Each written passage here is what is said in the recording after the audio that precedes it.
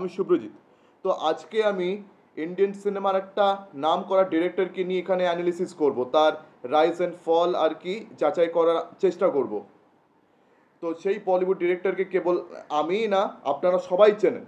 আর তার সিনেমা আপনারা সবাই দেখেছেন, আপনাদের আজও কিন্তু তার সিনেমা পছন্দ হয়, তার সিনেমা আপনারা আজকেও পর্দায় দেখতে চান।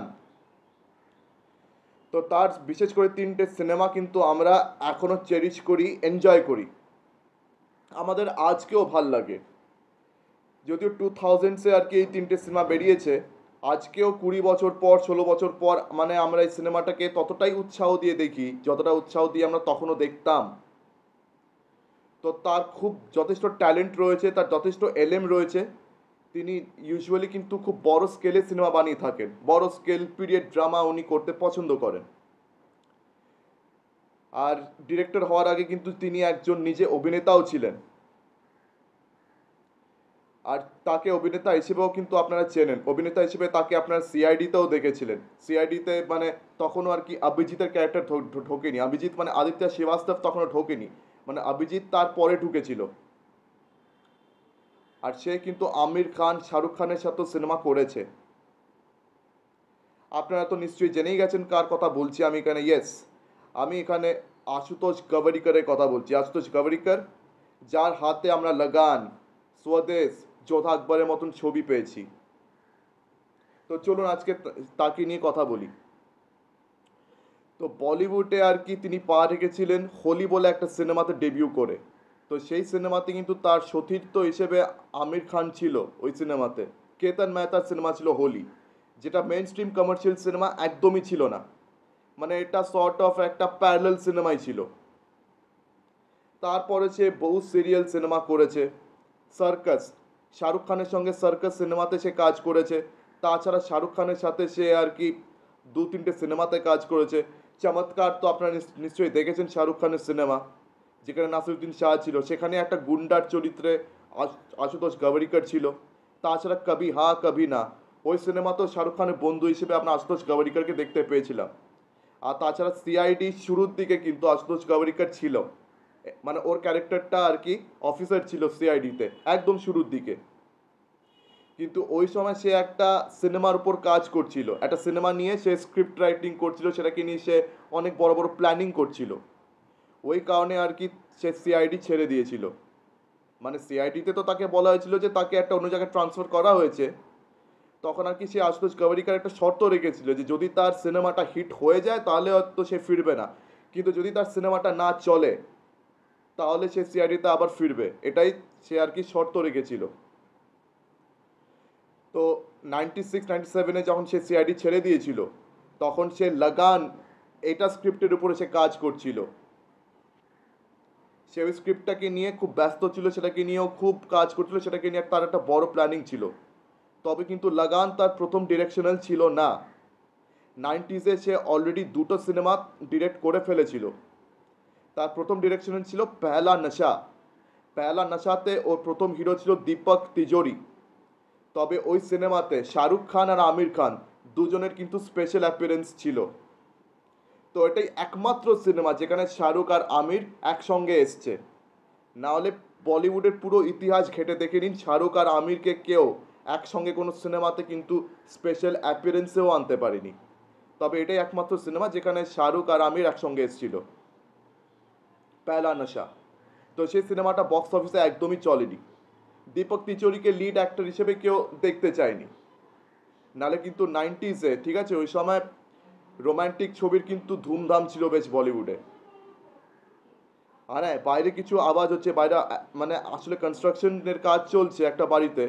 তো মানে আওয়াজগুলো শুনতে পেলে অবশ্যই মার্জনা করবেন, ঠিক আছে। তো যাই হোক, ফিরে আসি এবারে আশুতোষ গভরিকর টপিকে। তো তারপরের ছবি ছিল হচ্ছে বাজি।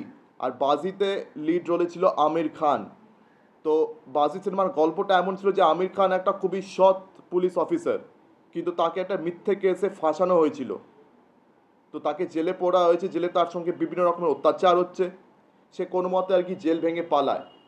এখন সে কি করে নিজেকে নির্দোষ প্রমাণ করবে, এই ব্যাপার নিয়ে ছিল বাজি। তো বাজি একটা কমার্শিয়াল এন্টারটেনার ছিল, একটা মশালা কমার্শিয়াল ছিল, যেরকম আর কি আমরা 80s 70s 90s-এ দেখতাম বলিউডে। তবে সেই বাসি সিনেমাটা একদম চলেনি। তবে আমার যদি ব্যক্তিগত মতামত জানতে চান, আমার কিন্তু বাজি সিনেমাটা খারাপ লাগেনি, আমার কিন্তু গল্পটা বেশ ভালো লেগেছিল, মানে একটা বেশ ভালো মশালা সিনেমা ছিল।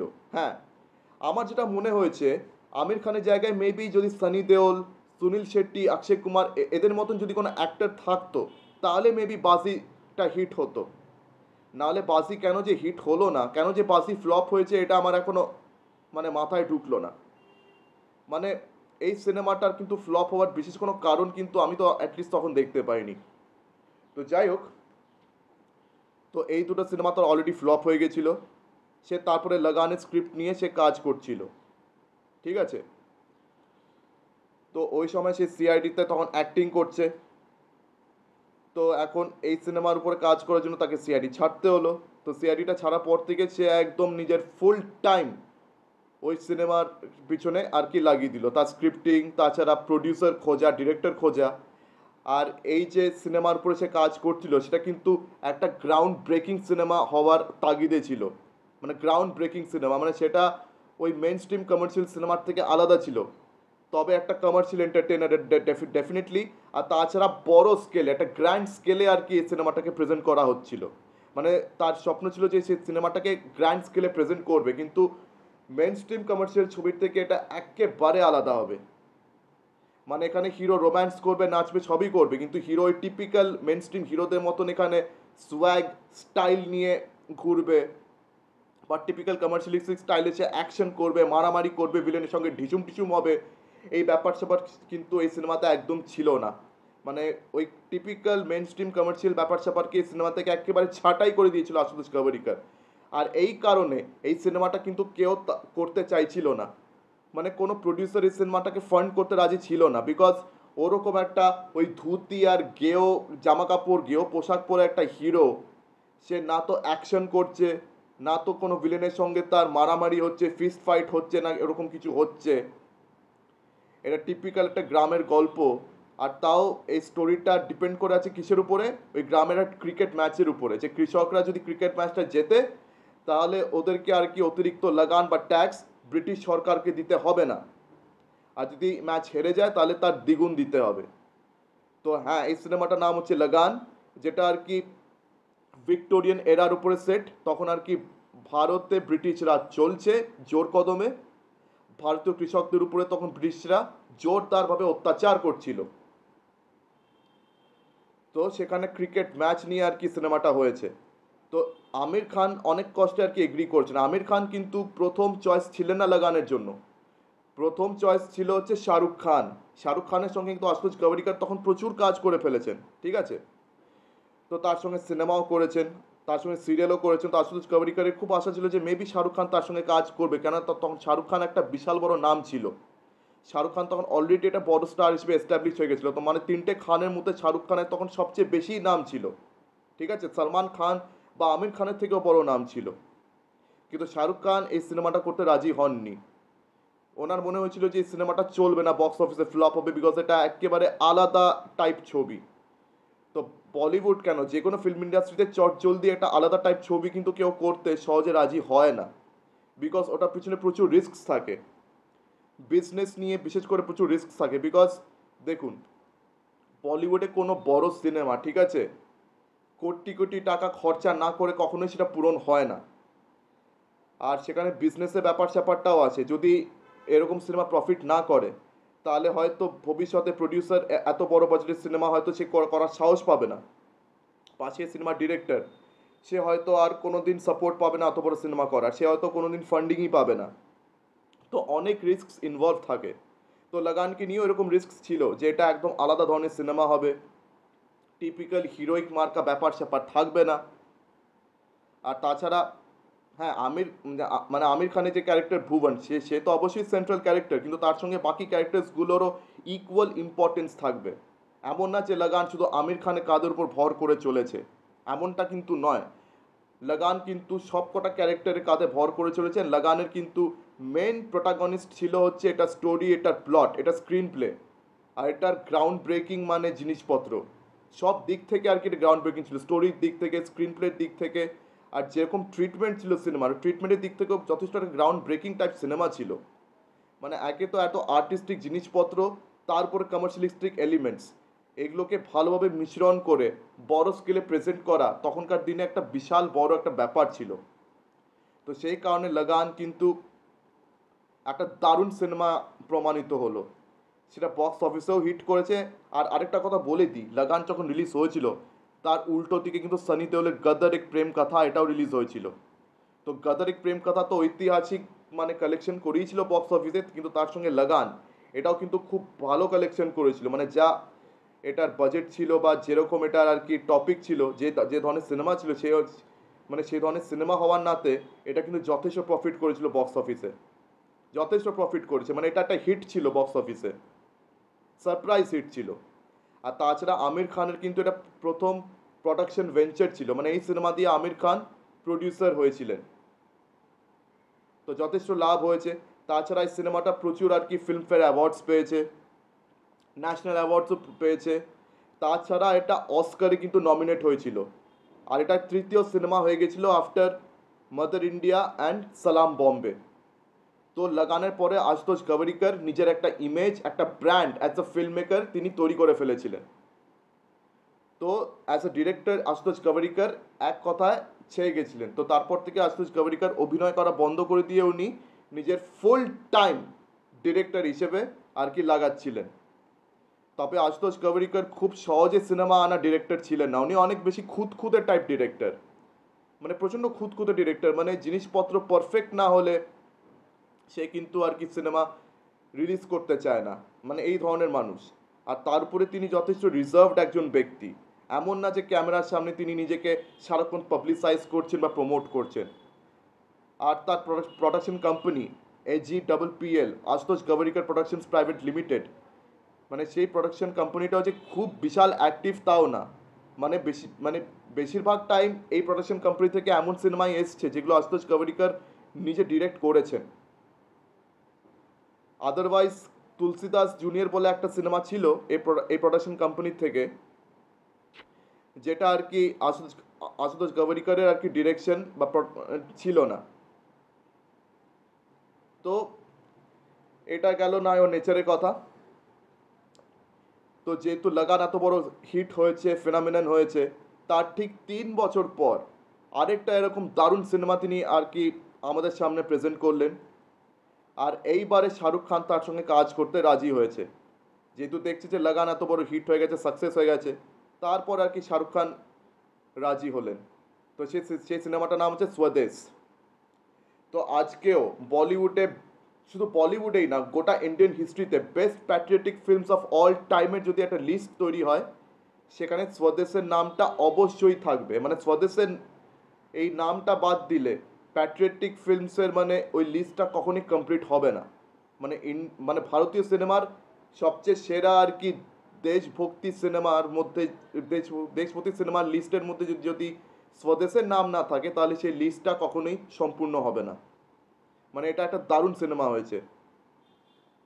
তবে এই সিনেমাটা বক্স অফিসে কিন্তু তখন চলেনি, কিন্তু এই সিনেমাটাকে নিয়ে মানুষের মুখে যথেষ্ট প্রশংসা ছিল। আর হ্যাঁ, আরেকটা কথা বলতে ভুলে গেছি, লাগান, স্বদেশ, যোধা আকবর, মানে এইসব হিট সিনেমা যে কথা বলছি, এইসব হিট সিনেমার পিছনে কিন্তু মিউজিকের একটা বিশাল বড় অবদান ছিল। লাগানেও কিন্তু মিউজিকের বিশাল অবদান ছিল। আর মিউজিক ডিরেক্টর কে ছিল? AR রহমান। তো লাগানের মিউজিকটাও একদম চার্ট বাস্টার ছিল, সুপার হিট ছিল। মানে যে কোনো গান আপনি তুলে দেখে নিন, একদম সুপার হিট মিউজিক ছিল লাগানের। এমনকি স্বদেশের গানগুলোও খুব ভালো ছিল, বিশাল দারুণ ছিল, মানে অসম। আর এটাও কিন্তু একটা একদম আলাদা ধরনের সিনেমা, মানে টিপিক্যাল আর কি মেন স্ট্রিম সিনেমার থেকে একদম আলাদা সিনেমা। কমার্শিয়াল, কিন্তু টিপিক্যাল মেন স্ট্রিম সিনেমার মতো নয়। আর বড় স্কেলে প্রেজেন্ট করা ছিল। তবে এই সিনেমাটাও বক্স অফিসে চলেনি, মানে এবার চলেনি, কিন্তু এই সিনেমাটা নিয়ে যথেষ্ট প্রশংসা হয়েছিল। এরপরে কিন্তু শাহরুখ খান আর আশুতোষ গভরিকরের সঙ্গে যদিও কাজ করেননি। তো আশুতোষ গভরিকরের পরের সিনেমাটা আরও 4 বছর পর এসছে। আর আগেই বলেছি ওনার সে টিপিক্যাল আর কি রিজার্ভ নেচার। ওনার সিনেমা না আসা অব্দি উনি কখনো ক্যামেরার সামনে আসেন না। আর উনি নিজেকে পাবলিসাইজ করতে অতটা ভালোবাসেন না। তো যাই হোক, এবারে 4 বছর পর 2008 এলো যোধা আকবর। এটা একটা দারুণ সিনেমা হিসেবে প্রমাণিত হলো। এটাও একটা বড় স্কেলে আর কি করা সিনেমা ছিল। এবার এই সিনেমাটা ছিল মুঘল সম্রাট আকবরকে নিয়ে, আর তার যোধা মানে যে হিন্দু রাজপুত যে রানী, তার সঙ্গে তার প্রেম সম্বন্ধ নিয়ে। তো এই সিনেমাটা বক্স অফিসে দারুণ মানে ব্লকবাস্টার হয়েছে। এটা মানে বক্স অফিসে তার সবচেয়ে বড় আর কি সাকসেস ছিল, মানে it was his biggest success in terms of box office results. Hrithik রোশনকে মানে টিপিক্যালি সবার পছন্দ হচ্ছে, মানে ঋত্বিক রোশন একেবারে ছেয়ে গেছিল এই রোলটাতে। মানে ঋত্বিক রোশনের স্টারডাম বিশাল বেড়ে গেছিল এই সিনেমার পরে, যদিও ক্রিশ করে তার স্টারডাম অনেক বেড়ে গেছিল, কিন্তু যোধা আকবর দিয়ে ঋত্বিক রোশন নিজের সুপারস্টার স্ট্যাটাসটাকে আরও বেশি করে এস্টাবলিশ করতে সফল হয়ে গেছিল। আর ওদিকে আশুতোষ গভরিকর নিজের একটা ব্র্যান্ড তৈরি করে ফেললেন, মানে he became a brand after this 3 films. রাতারাতি তিনি একটা ব্র্যান্ড হয়ে গেছিলেন, যে বড় মানে স্কেলের ছবি, পিরিয়ড ড্রামা, সেখানে আশুতোষ গভরিকর নামটা বেরিয়ে আসছে। যদিও তার সঙ্গে আরেকটা এরকম নাম ছিল, সেটা ছিল সঞ্জয় লীলা ভনসালি। সেও কিন্তু বড় স্কেলে আর কি রোমান্টিক ট্র্যাজেডিসগুলোকে আর কি বেশ ভালো আর কি তিনি বানাতেন। আর সঞ্জয় লীলা ভনসালির সিনেমার মিউজিকগুলো কিন্তু খুব ভালো হতো ওই সময়। তো যাই হোক, আশুতোষ গভরিকর কিন্তু তাও নিজের একটা জায়গা বানিয়েছিলেন। আর তার সিনেমাতে আর রহমানের মিউজিক অসম, মাইন্ড ব্লোয়িং বস, মাইন্ড ব্লোয়িং। তারপরে 2009 সালে তার একটা আর কি কমার্শিয়াল সিনেমা আছে, মানে সেটা মেন স্ট্রিম কমার্শিয়ালই ছিল, হোয়াটস ইউর রাঁচি, যেটা একটা গুজরাতি প্লের অ্যাডাপ্টেশন ছিল। মানে সেখানে হিরো ছিল হরমান বাবেজা, হিরোইন প্রিয়াঙ্কা চোপড়া। প্রিয়াঙ্কা চোপড়া আর কি 12টা ক্যারেক্টার ছিল, তার 12টা রোল ছিল 12টা রাশি হিসেবে। তো তার মধ্যে যে কোনো একটা ক্যারেক্টারকে হরমান বাবেজার দরকার ছিল বিয়ে করার 10 দিনের মধ্যে। কিন্তু সেই সিনেমাটাও বক্স অফিসে চললো না। হরমান বাবেজার তখন মানে অ্যাক্টিং নিয়ে কেউ কনভিন্স ছিল না, আর হরমান বাবেজা অ্যাজ অ্যান অ্যাক্টর একদমই নিজেকে এস্টাবলিশ করতে পারেনি, তার অ্যাক্টিং ভালো ছিল না। তাকে লোকেরা মানে তার সিনেমা কেউ দেখতে চাইতো না, তো সেই সিনেমাটাও চলেনি। আর সেই সিনেমাটা কিন্তু রিভিউসও খারাপ পেয়েছিল, মানে সেই সিনেমাটা খুব একটা ভালো হয়ও নি, মানে আশুতোষ গভরিকর ওখানে ফেল করে গেছিলেন। তার পরের বছর আবার আরেকটা তার পিরিয়ড ড্রামা বেরোলো, এবারে মাস্টার দা সূর্য সেনকে নিয়ে, খেলে হাম জি জানসে।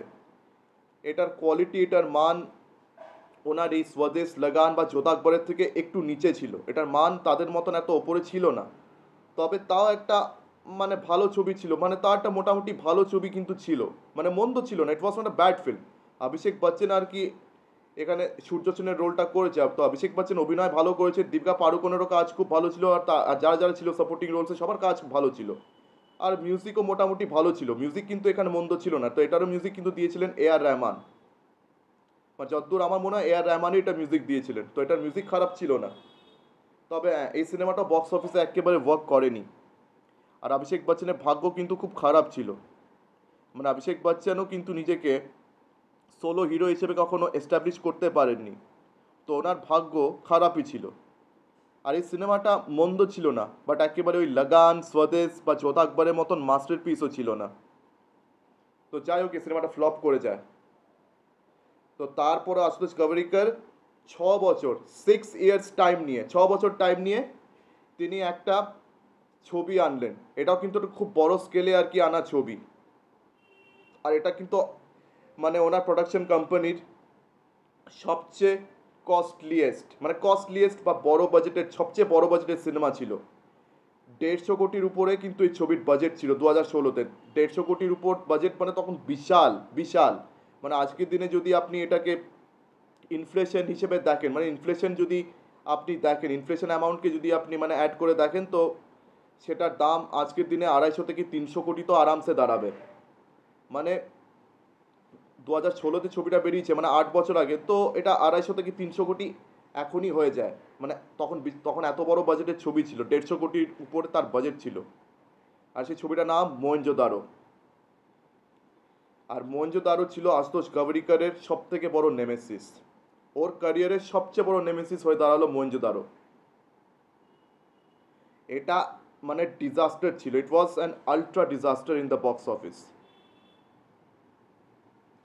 মানে ওনার যা স্ট্রেংথ ছিল সেটাই বোধহয় ওনার উইকনেস হয়ে দাঁড়ালো মোহেনজোদারোতে।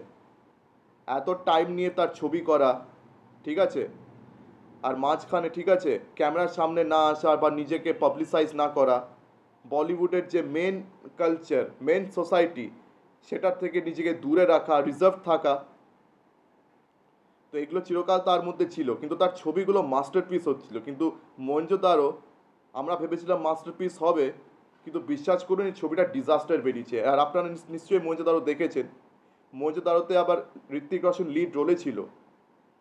আর আরও কথা বলি যে মঞ্জুদারো করার টাইমে ঋত্বিক রোশন এস রাজামৌলির থেকে বাহুবলীর অফার পেয়েছিলেন, কিন্তু তিনি বাহুবলীটা করতে পারেননি, বিকজ তিনি মঞ্জুদারোকে আর কি কমিট করছিলেন টাইম সেখানে। তো মানে আমরা যা আশা করেছিলাম, মানে সত্যি হয়রান হয়ে গেছিলাম।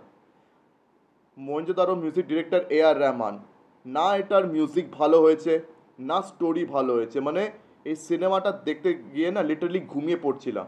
মানে হলে যদিও দেখিনি, কিন্তু আমি ল্যাপটপে আর কি দেখছিলাম বাড়িতে, আমার সেখানেই ঘুম পেয়ে যাচ্ছিল। এত বোরিং সিনেমা ছিল। অত বড় বাজেটের সিনেমা বোরিং হয়েছে টোটাল। মানে না স্টোরি কাজের হয়েছে, না স্ক্রিন প্লে পদের হয়েছে। CGI VFX এর কথা তো ছাড়ুন, বললামই না, ওটা তো জঘন্যই হয়েছে। আর মিউজিকও বেকার হয়েছে। মানে 6 বছর আশুতোষ কাভারিকার যে কোথায় নষ্ট করলেন এটাই মাথায় ঢুকলো না। এত জঘন্য সিনেমা হয়েছিল এটা। তো এটার পর থেকে আর কি আশুতোষ কাভারিকারের ডাউনফলটা শুরু হলো। তার প্রোডাকশন কোম্পানির বিশাল লোকসান হয়ে গেল, ঠিক আছে, বিশাল লোকসান হচ্ছে, ভারী লোকসান। আর বিশ্বাস করুন মঞ্জুদারো কিন্তু ইন্ডিপেন্ডেন্স ডেতে রিলিজ হয়েছিল 2016-তে। আর মঞ্জুদারোর অপোজিটে তখন রিলিজ হচ্ছিল অক্ষয় কুমারের রুস্তম, যার বাজেট কম্পারেটিভলি কম ছিল, কিন্তু সেই রুস্তম বক্স অফিসে বিশাল বিজনেস করে গেছিল। আর আমার মনে আছে ওই সময় ঠিক আছে আমি আমার জেঠিমার সঙ্গে সিনেমা দেখতে গেছিলাম। তো মানে ডিসাইড করাটা আমার উপরেই ছিল যে কোন সিনেমাটা দেখবো, মানে সেটা আমাকে ডিসাইড করতে বলা হয়েছিল। তখন আমি ভাবছিলাম যে মঞ্জুদারোটা দেখবো নাকি রুস্তমটা দেখবো। আমি তখন মঞ্জুদারোর মানে কিছু ফার্স্ট রিভিউজ দেখেছিলাম, সেগুলো আমার খুব একটা মানে মানে সেগুলো আমার ভালো মনে হয়নি। মানে মঞ্জুদারোকে নিয়ে খুব নেগেটিভ রিভিউজ বেরিয়েছিল। এক কথায় মঞ্জুদারোকে নিয়ে প্রথম দিন থেকে রিভিউজ যথেষ্ট নেগেটিভ বেরিয়েছিল। আর যখন অনলাইনে আমি টিকিট কাটার চেষ্টা করছি, দেখছি অনলাইনে কিন্তু অনেকগুলো শোজ ক্যান্সেল হয়ে যাচ্ছিল। মানে মঞ্জুদারোর শোজ প্রথম 1-2 দিনের পর থেকেই হল থেকে উঠে যাচ্ছিল। প্রথম দিনে মঞ্জুদারোর ওপেনিং ছিল 8.87 crores-এর, ঠিক আছে। আর রুস্তমের ওপেনিং ছিল 12 কোটির কাছাকাছি। মানে অক্ষয় কুমার প্রথম দিন থেকেই লিড করছিল।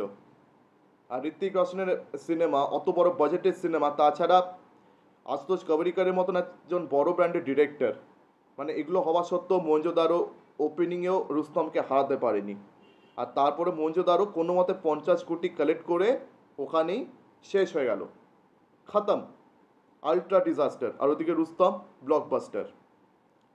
আর রুস্তম দেখতে গেছিলাম আমি, মানে সেফ চয়েস করেছিলাম, রুস্তম দেখতে গেছিলাম আমার জেঠিমার সঙ্গে। মানে তারপরে যখন মঞ্জুদারো আমি বাড়িতে ল্যাপটপে দেখছি, তখন ভাবছি ভাই কি ভালো কাজটাই না করেছিলাম মঞ্জুদারো না দেখে। নাহলে আমি যখন রুস্তমের টিকিট কাটছি, এটা কিন্তু ফার্স্ট উইকেন্ড ছিল, সানডে। আমি সানডেতে আর কি দেখতে গেছিলাম সিনেমাটা, তখনও কিন্তু মঞ্জুদারোর লাইন ছিল, তখনও কিন্তু লোকেরা মঞ্জুদারো দেখতে যাচ্ছিল। কিন্তু বিশ্বাস করুন ফার্স্ট উইকেন্ডের পর আর কেউ মঞ্জুদারো দেখতেই যায়নি, এত জঘন্য সিনেমা হয়েছিল। এটার music average, story below average, সব কিছু একদম বেকার হয়ে গেল। তো তারপর থেকে আর কি ঋত্বিক রোশনের সাথেও তার ঝগড়া হয়ে গেল। মানে ঋত্বিক রোশন এই সিনেমার জন্য আর কি অনেক বড় বড় আর কি অফার্স তিনি রিজেক্ট করেছিলেন, বাহুবলী তার মধ্যে একটা।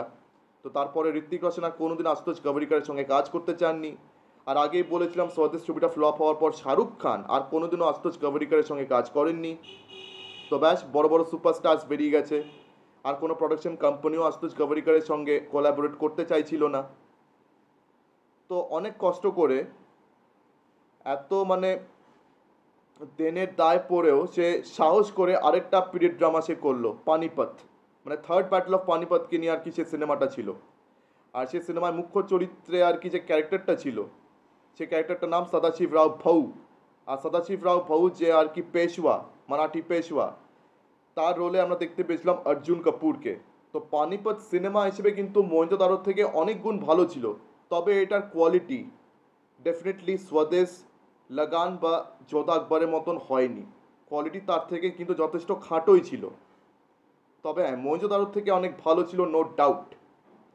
আর পানিপত তো বক্স অফিসে একেবারে চলেনি, মানে অর্জুন কাপুর এত বড় একটা অপয়া নাম বলিউডে, ঠিক আছে, তাকে নিয়ে কোনো সিনেমাই বক্স অফিসে আজ অব্দি হিট হয়নি।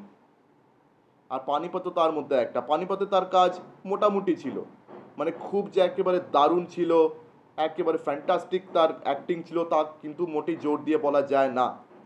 আমার পানিপত থেকে সবসময় মনে হয়েছিল যে এই সিনেমাতে হয় রণবীর সিং, নাহলে শাহিদ কাপুর, নাহলে অন্য কোনো এই লিস্টারকে রাখলে বেশ ভালো হতো। তবে পানিপত দেখে আমি বুঝে গেছিলাম যে আশুতোষ গভরিকরের সঙ্গে কিন্তু কোনো বড় নাম আর জুড়তে চায়নি, আর জুড়তে চায়ও না, বিকজ আশুতোষ গভরিকরের প্রজেক্টসগুলো খুবই রিস্কি ছিল। আর আশুতোষ গভরিকর, ঠিক আছে, আর কোনো সাপোর্ট পানিপতের পর থেকে পায়নি। আগেই তার কারণগুলো বলেছি। তার প্রধান কারণ হচ্ছে আশুতোষ গভরিকর কিন্তু প্রচণ্ড টাইম নিয়ে কাজ করেন, ঠিক আছে। বলিউডের আসল সোসাইটির থেকে উনি নিজেকে যথেষ্ট দূরে রাখেন, মানে একটা খুবই রিজার্ভ টাইপের মানুষ, মানে উল্টো পাল্টা পাবলিসিটি, হ্যানা ত্যানা, এইসব ব্যাপার স্যাপার আশুতোষ গভরিকরকে দেখা যায় না। কোনো বলিউড পার্টিতেও উনি থাকেন না, উনি একেবারে ফিল্ম মেকিং আর নিজের ডিরেকশন নিয়ে ব্যস্ত থাকেন। তো মহেঞ্জোদারো ফ্লপ হওয়ার পর থেকে তিনি আবার কিছু মানে অ্যাসাইনমেন্টস চালু করেছিলেন অ্যাজ অ্যান অ্যাক্টর। ভেন্টিলেটর বলে একটা খুব নাম করা মারাঠি ছবিতে কাজ করেছিলেন, যেটা প্রডিউসার প্রিয়াঙ্কা চোপড়াও ছিল। আদারওয়াইজ তিনি অ্যাক্টিং করতে একদম চাইতেন না। আর তাছাড়া আশুতোষ গভরিকরের রিস্ক নেওয়ার খুব শখ ছিল, কিন্তু মহেঞ্জোদারোর বেলায় একটা রিস্কও কাজে আসেনি। তার আগে অলরেডি হোয়াটস ইওর রাশি ফ্লপ হয়ে গেল, খেলিয়াম জি জান সেটাও কিন্তু একটা মোটামুটি বড় ফ্লপ ছিল। তবে মহেঞ্জোদারো ফ্লপ হওয়ার পর থেকে কেউ ওর সঙ্গে আর জুড়তে চায়নি। আর তার প্রোডাকশন কোম্পানিটাও কিন্তু খুব একটা অ্যাক্টিভ নয়। সঞ্জয় লীলা ভনসালী প্রোডাকশন কোম্পানি কিন্তু অ্যাক্টিভ ছিল। সঞ্জয় লীলা ভনসালী প্রোডাকশন কোম্পানির তরফ থেকে এমন কিছু সিনেমা আমরা দেখতে পেয়েছি যেখানে সঞ্জয় লীলা ভনসালী স্রেফ প্রডিউসার হিসেবে অ্যাসোসিয়েটেড ছিলেন। মানে সঞ্জয় লীলা ভনসালী ডেফিনেটলি নিজের সিনেমাগুলোকেও প্রডিউস করেছেন, যে সিনেমাগুলো উনি ডিরেক্ট করেছেন সেগুলোকেও তিনি প্রডিউস নিজের হাতেই করেছেন, নো ডাউট। কিন্তু তিনি এমন কিছু সিনেমা প্রডিউস করেছেন যেখানে স্রেফ প্রডিউসার হিসেবে তিনি অ্যাসোসিয়েট ছিলেন, সেখানে ক্রিয়েটিভ ডিপার্টমেন্টে উনি ছিলেন না। ক্রিয়েটিভ ডিপার্টমেন্টে সঞ্জয় লীলা ভনসালী হস্তক্ষেপ করেননি। তার একটা প্রধান উদাহরণ হচ্ছে গব্বর ইজ ব্যাক, অক্ষয় কুমারের গব্বর। এটা প্রডিউসার ছিলেন সঞ্জয় লীলা ভনসালী। তাছাড়া আরও অনেক সিনেমা তিনি প্রডিউস করেছিলেন, মাই ফ্রেন্ড পিন্টো, তাছাড়া এরকম অনেক সিনেমা তিনি, মালাল, এরকম অনেক সিনেমা তিনি প্রডিউস করেছেন যেখানে আর কি ক্রিয়েটিভিটিতেও তিনি কোনো রকম হাত দেননি। তো ওনার প্রোডাকশন কোম্পানিটা অ্যাক্টিভ আছে, কিন্তু আশুতোষ গভরিকরের বেলায় সেটা ছিল না।